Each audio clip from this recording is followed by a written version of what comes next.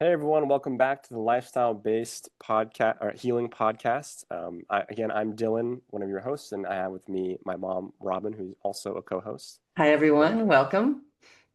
today we're going to talk about, something that we've actually been talking about for a long time, and it's super important because it just keeps so many people stuck. And it's kind of one of the first things that we have to teach someone before they even start to make lifestyle change or even consider making lifestyle changes and really moving towards their wellness goals. And it's really that important. And it's also important because a lot of people don't actually see it happening in their lives. It's sort of in the background until we actually kind of bring attention to it. And that's what we would call kind of the healthcare insurance care system that we're in. What we mean by that is, the overarching healthcare system, essentially, where it's insurance based. You go to the doctor, um, you get diagnoses, you get prescriptions, and sometimes surgeries, and that whole thing. Um, and one of the big things that's really neglected is that, kind of where our starting point for this conversation is, people are just frustrated. We see it all the time when people come into our practice. They're not getting the sort of results that they're hoping for. Sometimes it's been months or even years. They feel neglected. They feel not listened to. They um, they don't feel healthier, and they're starting to realize that. And there's also frustration on the practitioner side. So maybe, Mom, can you chime in Yeah, on that? yeah, I would definitely. I can speak to it from both angles of A, being a patient and being sick and wanting answers and wanting to be well again and back to my life how it was before I got sick with lung issues. And it was super frustrating because I didn't always cough. I wasn't always having those issues. And they just started, and no one could really they weren't interested actually in diving into that root cause of what was going on. They just gave me medications to bring down the inflammation and to help. And they did, but they didn't explain to me at the time until I did my own research that some of those medications caused a whole bunch of side effects and even long-term side effects that affect me now, even though I'm not on the medications. And so, I was super frustrated because not only was I now coughing, but I was also overweight, not sleeping, not living my best life. And yet I'd go back to another doctor and I'd wait a long time before I ever got in to see that referral. And so it just drug out the suffering a really long period of time. And so I understand the frustration that many of you are probably feeling, whatever the baseline of your suffering is. On the flip side, as a practitioner, I was frustrated. I didn't go into health and wellness and not wanting to see well people. And when I first started out, I was working in a hospital and I was going to change the world with nutrition and have everyone live healthier lives by helping them choose what to eat in a healthy way. And I would get my long list of patients every day to make my rounds, and I literally had about 5 minutes with each person. And I couldn't make changes for them, or I had enough time to give them a handout, try to help coach them on how to eat healthier. And first of all, the people are very sick in the hospital, so we don't want to go there. And they're not really ready for the information. And secondly, it wasn't enough time to help them create a lifestyle that they could then sustain and keep doing. And so I was super frustrated. And Dylan, you know that that's why we do what we do now, is because we really are more about preventative lifestyle-based sort of healing, where we help people create a lifestyle for themselves that's sustainable so they don't end up in the hospital. And and so I understand the frustration on both ends. And again, it's the system we're in. It's the system of go to the doctor. They have enough time to give you medications or refer you. And the practitioners saying they only have so much time dictated to them by the system of how much time they can spend with each patient. So everyone's frustrated. Make sense? Yeah, so when you were working in the hospital, when passing out those handouts, it was almost like you were put in a position where, first of all, they're already in a bad position, right? Yeah. The time to act would have been, or change things, or change your diet, or change your lifestyle would have been probably years ago, right? By the time they're in the hospital, it's like, you Yeah. know, you're fighting from a downhill position almost. But Yeah. also, it's kind of a reflection of what's valued in that system, right? You know, Hmm. preventative, proactive, lifestyle-based healing is absolutely marginalized to like 5 minutes per patient, right? Yeah. And really, if that was the forefront, maybe they wouldn't even end up in that situation in the first place, or be able to kind of turn it around and not become dependent on the hospital to keep them alive. Yeah. And then what you also see is because in that model, it's always about bottom line, okay? And so people were in and out of the hospital, the length of stay, they're always trying to get that to be less.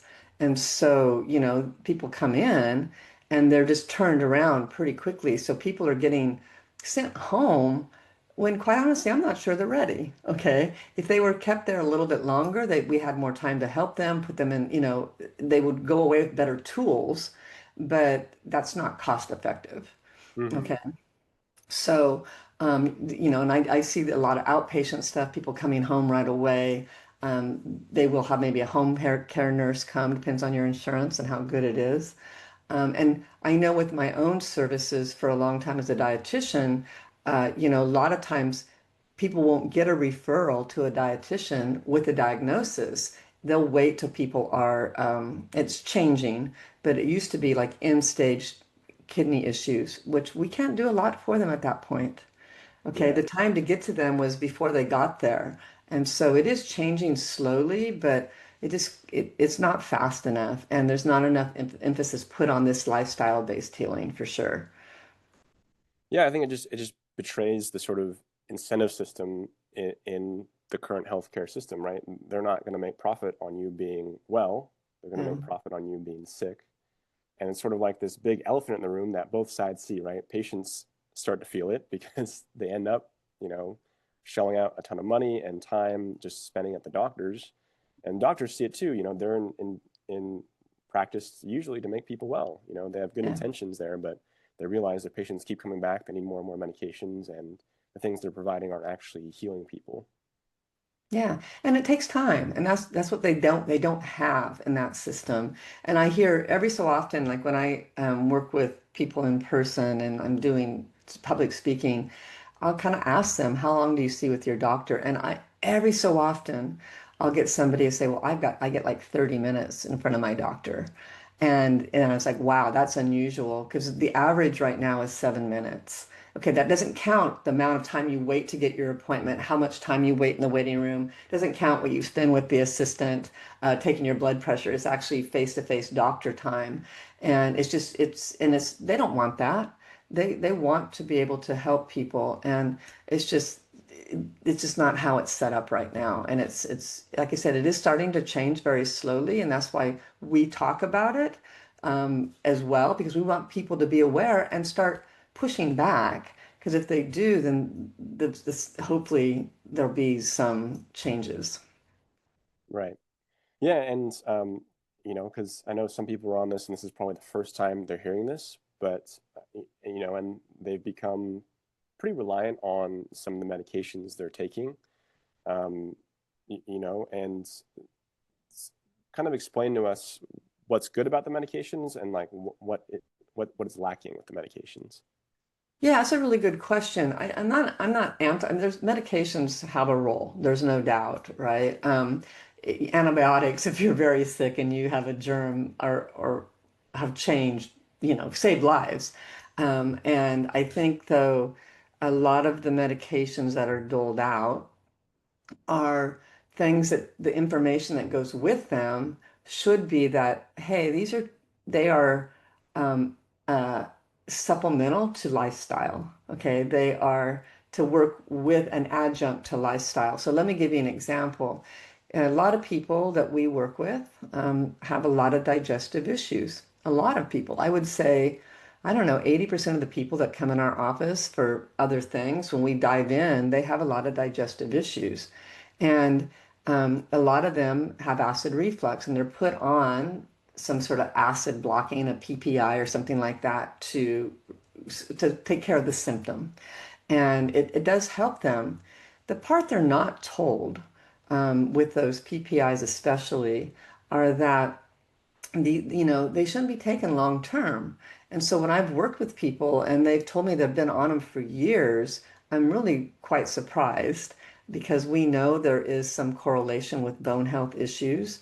And they're meant to help you initially. And what's missing in that with that diagnosis and that administering of that drug would be like, hey, here are some ways dietarily you can actually help this problem. Because the underlying cause of the acid reflux is probably something deeper, isn't it? There's a root cause driving that. And so let's dig into that and give you some relief in the interim, but this give you the tools to not have to take that medication. And I think that because it takes so much time, and for the person that's getting the medication, um, they're kind of given general information of, change your lifestyle. They don't know what that means.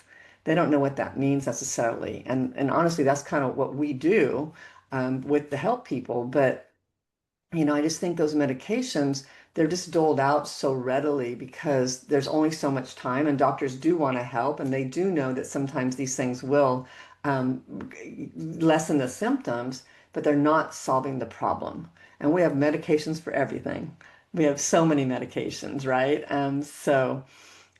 We have them for constipation, diarrhea, acid reflux, migraines, blood pressure, cholesterol, heart issues.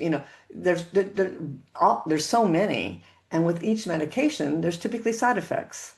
They're typically side effects, and so my mother used to say, what doesn't cure you might kill you, and so you kind of have to really take it, and be aware of, and is this actually going to help me? Or is it going to cause more symptoms for me or problems down the road? And that's what I want people to be aware of. I want you to be, take more control of your own health and be your own best advocate, honestly. Yeah, I think you're totally right. Like, especially in your example with the acid reflux, like in that case, it's really just covering up the symptoms and masking the problem. One thing that's missing from that line of thinking is no one even asked like what got you there in the first place. Like, Yeah. why is that problem starting? Why is it recurring? And if you're only just masking it, you're not really solving the problem. You're kind of just kicking the can down the road. And eventually that small problem tends to become a big problem, right? That's how most problems in life work. If it starts as a small problem, but if we ignore it, eventually it becomes such a big problem that sometimes we can't really handle it. I Yeah, think that's what happens so often. I really think of those things as almost like your body sort of throwing up these yellow flags, of, hey, there's something deeper here, pay attention. And we just mask it with medications instead of really diving in and taking a look at why might this be happening. And here's the thing, those symptoms, they rob you of your life. They absolutely, every single day when you're not feeling your best, you're missing out. And I know this, might be shocking for some people because they don't even know sometimes how badly they're feeling until they start feeling good again. We see this happen all the time in our practice. People aren't sleeping, they're low energy, they're having digestive issues, and they just get used to it. Okay, they just get used to it. And when they start feeling good again, they're just shocked. Oh, this is how I used to feel. They forget because it happens so gradually. And I just think that any time that you're suffering or you're not feeling your best, you're missing out on your life. And that's unacceptable. And we see it happening to people younger and younger and younger. And to me, that's what motivates, me to do what I do. And I'm sure it does for you too, Dylan. Yeah, and you know, also, besides like what's being robbed from us now, it's like, well, we're on this path to basically end up, you know, sick, depressed, in the hospital, debilitated. We all know someone that's gotten to that point where they're in and out of the hospital, and they're spending, you know, they're having to get procedures and take all these, meal full medications, and you know, and so they're really good at keeping us alive, right? But not necessarily have us thrive. And it really doesn't have to be that way. Yeah, and I would say in the US, we model illness really well. We don't model health and vitality and wellness, especially well as we age.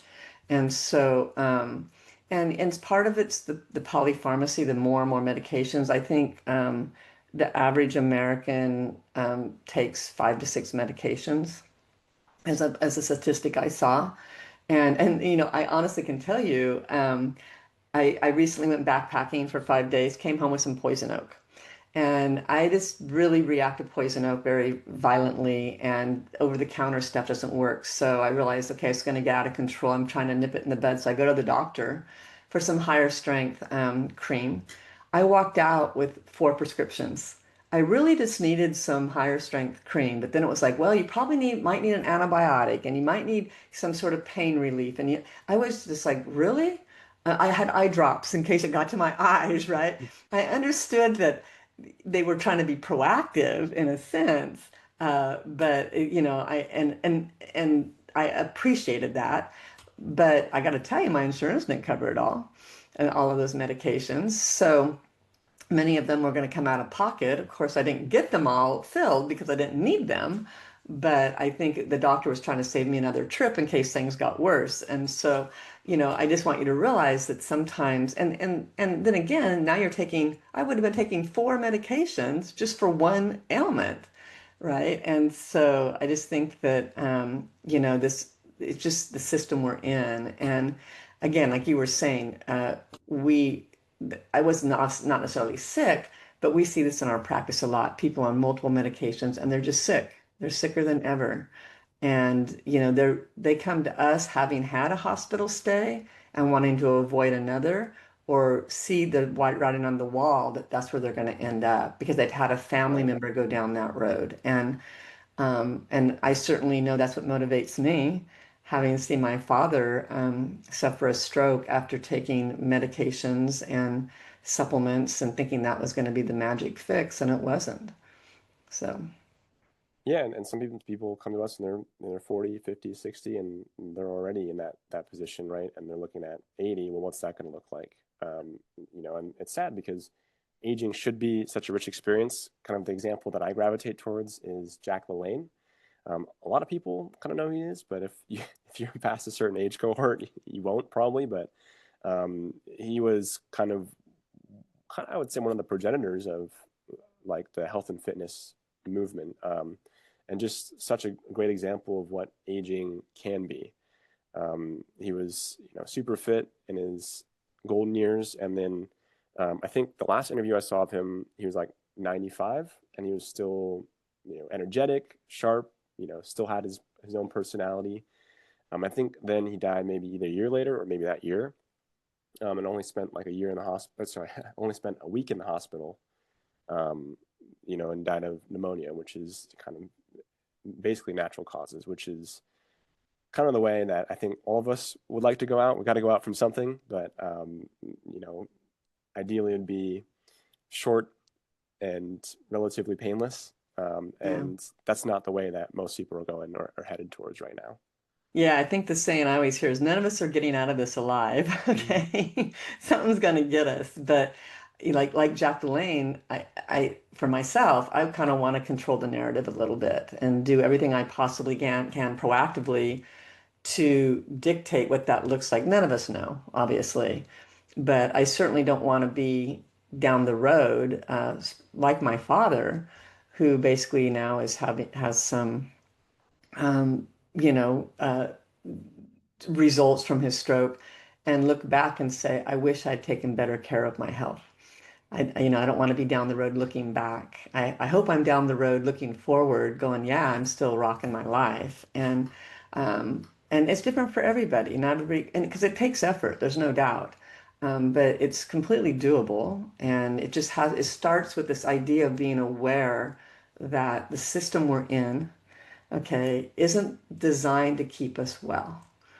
That's really the big aha moment I had when I was struggling with my own health, when they kept putting me on medications. And I just realized that they were doing what my insurance allowed them to do and dictated what medications my insurance would pay for, not necessarily what was best for my health. And so that's what I want people to be aware of.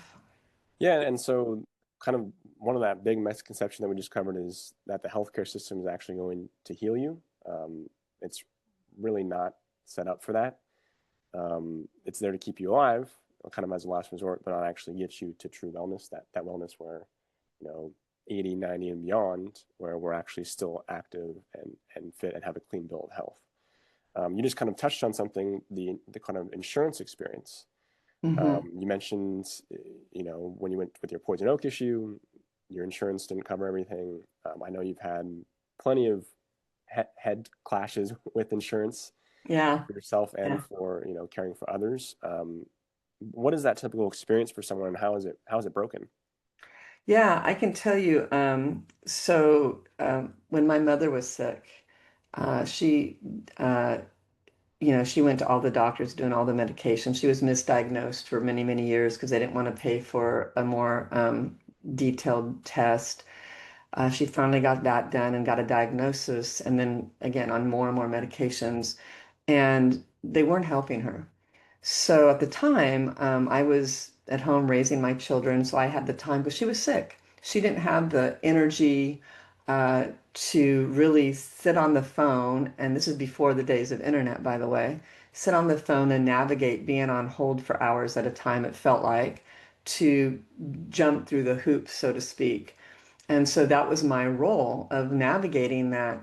And we were trying to get her to go to a specialized hospital that was outside of California. I can tell you it took me about 7 months of diligent work and multiple doctor's appointments for her. She had to jump through these hoops to be able to get to have that consult. Okay, it finally happened. And this is, mind you, was 25, 26 years ago. So insurance has even gotten more stringent about some of those rules. And so, here's the thing. If you're already sick, okay, you're not from here. You don't know how the system works. Maybe English isn't your first language. You're trying to navigate all that. It's super confusing. It's super difficult. And if you don't have anyone to be your advocate, it's even harder. And so because you're sick, you don't have the energy to do it. And so I just really think that it's it's it's not set up to keep us well. And like I said, this was many, many years ago, and I've only seen it get more difficult to navigate. And I think it leaves a lot of people suffering. Now, mind you, if you have a trauma or you need, emergency care, it's great to have that to fall back on because that sort of care can be very expensive. It's more of these lifestyle-driven sort of ailments that I think we really dropped the ball with the insurance model. Yeah, it'll pay for those things that basically, what we need when we're sick, right? But it's not Yeah. actually going to pay for us to become well. It tends to cover, the things that honestly we hope we never need. Just like if you were to get into a car accident, like, yes, you're happy to have insurance there, but if you're using insurance, that means you got in an accident. It's not going to cover for the maintenance, for the oil change, these sorts of No. things. Same thing. The joke is, do you actually want to use your life insurance? No, No, because right? that Yeah. means you're dead. And it's the same thing with health insurance. It's like it's really just paying for those things when you're sick. It's not actually going to pay for you to get well. And they kind of explicitly say this. It's just not something that they're interested in covering. No, Should it be it's, something? it's not Yes. cost effective. They should, but it's not cost effective for them. And yeah, you're spot on with that. So So that's another big thing keeping people stuck is, realizing that if they actually want to get well, then they have to actually step outside their health insurance. And it's never actually going to pay for those things that actually turn things around for them. it's really sick insurance, right? It'll stop you from dying. It'll pay for those things. But if you actually want to get well, you really have to be willing to take things into your own hands. Yeah. Absolutely. And I know that's what, when I was ill, that's what I had to do. I mean, I invested so much money into lectures and books and learning more things and that were outside of what, going to the doctor and insurance would pay for, and really focused on lifestyle driven remedies. And that's where I turned the corner with my own health. And that's what I see happen with our clients and practice members as well. Yeah, I think the last kind of big thing holding people back is, you know, maybe like the internet or just this kind of age we're in of massive amounts of information, and lots of disinformation too. Um, Yeah. in in the sense that like, there's a lot of ways to do things, and like these ideas, and they go viral, and then especially in nutrition and fitness, these um, things people hear from friends and influencers, and not all of it's very high quality. Let's put it that way. And then Hmm. um, not all of it's really applicable to us as individuals. And I think that's something that people are missing. Absolutely. And, I was just at Pilates yesterday and they were talking about something on TikTok, and I don't know, I could have the facts wrong, and it was a lemon and salt diet and people are losing weight like crazy. And the thing that amazed me the most was that the two people talking about this really were considering that it might be valid and it might be worthwhile trying. And and it was everything I could do to bite my tongue, right? Until they asked me what I thought. And then I was like, now really let's think about this, what is salt? Because they're so focused on weight loss and they're not thinking about health.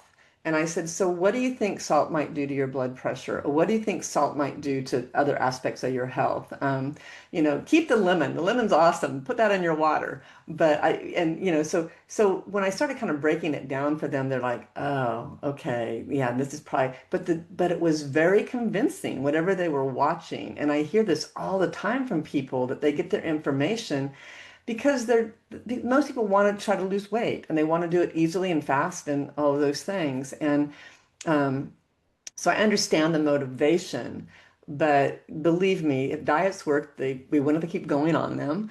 And there's just so much misinformation, especially in nutrition, because nutrition's a relatively young science and it's always changing because there's so many, the body's pretty complex and we're finding so many different things about it. And so it's always sort of changing. And then you have a lot of outside influences of industries. You think about follow the money, who's wanting you to think a certain way.